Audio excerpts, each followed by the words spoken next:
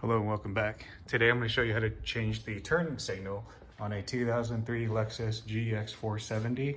So a lot of the things that I've seen online shows, I guess, everyone having to take off this plastic trim panel to access the back part of the actual headlights for the driver's side and the passenger side, the driver's side being the harder side.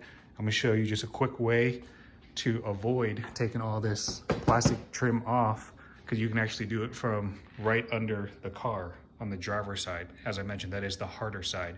So let's get access to the bottom piece. You simply just want to get one of these creepers, or you can just lay on the floor, whatever you have available. And actually, let me get a light. All right, I got a light here. So I'm gonna go ahead and position this light, this little inner part of the bumper. So the piece you're gonna wanna pull off is right there.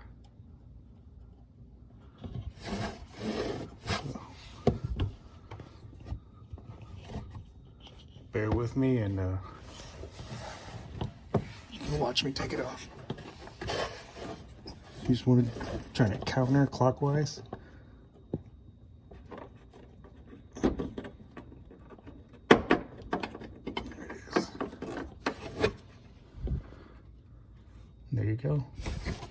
And again, this is for the driver's side turn signal, which, as I mentioned, is the harder side. It's this piece right here. The bulb replacement you're going to need, this is actually the one I purchased from AutoZone.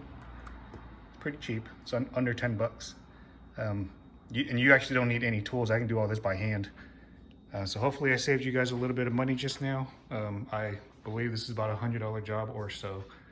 And good luck, have fun, and get your hands dirty. So I was able to get everything completed. It is good to go. So this turn signal is rocking and rolling. Make sure to put some lubrication on your new bulb on the metal contacts. If you like what you see, please give it a thumbs up and go ahead and subscribe to the channel. Thanks so much.